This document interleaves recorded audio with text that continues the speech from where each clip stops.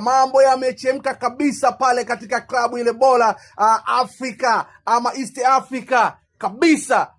Aisee, Simba sasa hivi mnapitia katika changamoto, ila Yanga nyinyi mnasababisha wenzenu wagombane, mmefukuzisha makocha wao na sasa hivi mnataka kuwafukuzisha mpaka viongozi wao. Yaani Yanga nyinyi, hili yote tatizo limekuja Yanga. Yanga ndio tatizo kubwa. Kwa sababu mngekuwa mfanyi vizuri, hata ili jambo lao wao wangeona la kawaida tu, kwani mbona hata Yanga wanafungwa na sisi tu tuacha tufungwe? Mbona Yanga wanacheza vibaya, acha na sisi. Ila Yanga nyinyi kiboko sana.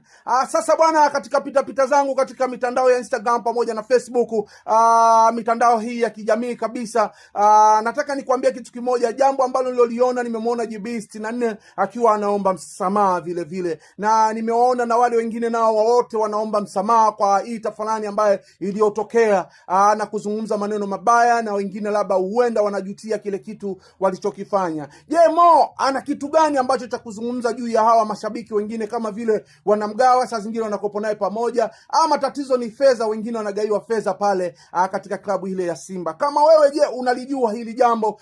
Changamoto hizi zote zinatokea kwa sababu gani? Dondosha komenti yako hapo chini. Mimi namkumbuka mzee kabisa, namkumbuka yule mzee gwiji kabisa ambaye aliongoza vizuri kabisa ile timu ya Simba. Sasa kama ni marehemu huyu mzee, tunamkumbuka sana. Simba alikopo hajapitia kama haya ambayo sasa hivi yanatokea. Yule mzee ni kiboko kabisa katika timu ya Simba, na kuwekea picha yake hapo ili humuone.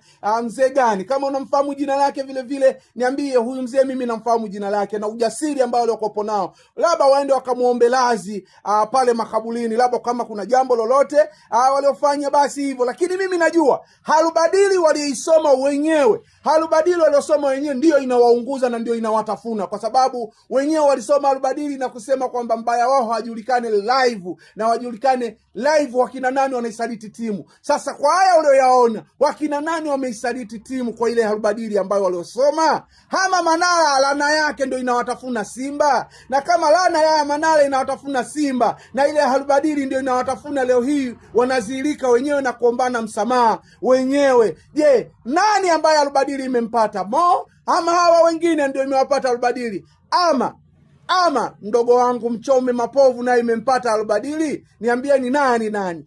Dondosha komenti yako, share na mimi, niambie Momo TZ tumeona kitu fulani pale katika timu bora kabisa, timu ya Msimbazi wa